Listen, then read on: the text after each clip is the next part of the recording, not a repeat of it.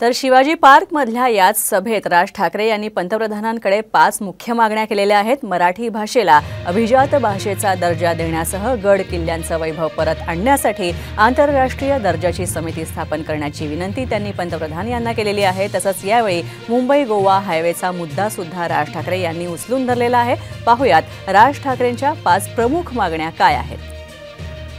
गेले अनेक वर्ष खितपत पडलेला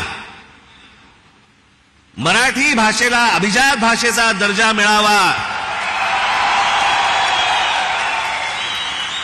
ही गोष्ट आपण पंतप्रधान झाल्यानंतर मराठीला तो सन्मान मिळेल अशी मी मोदीजींकडे अपेक्षा व्यक्त करतो आणि ती होईल, तितक्याच धाडसाने ती होईल अशी मला खात्री आहे।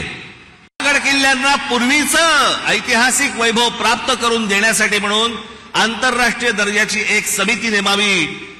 भविष्यातल्या येणाऱ्या पिढ्यांना, या देशातल्या पिढ्यांना कळेल की आमचा राजा कोण होता आणि त्यांनी काय इतिहास गाजवला हे त्या आमच्या गडकिल्ल्यांवरनं कळेल। याच्यासाठी म्हणून आपल्याकडनं गोष्ट व्हावी अशी माझी अपेक्षा आहे।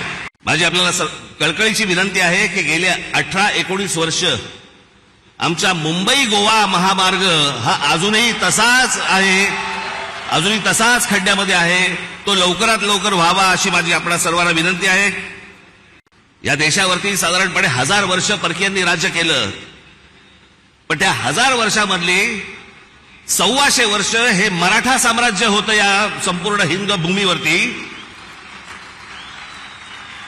त्या मराठा साम्राज्याचा इतिहास हा शालेय शिक्षणामध्ये मुलांना लहानपणापासून शिकवला जावा की जेणेपासून हा देश कसा उभा राहिला हे या अख्ख्या देशातल्या मुलांना आणि भविष्यातल्या पिढ्यांना कळेल।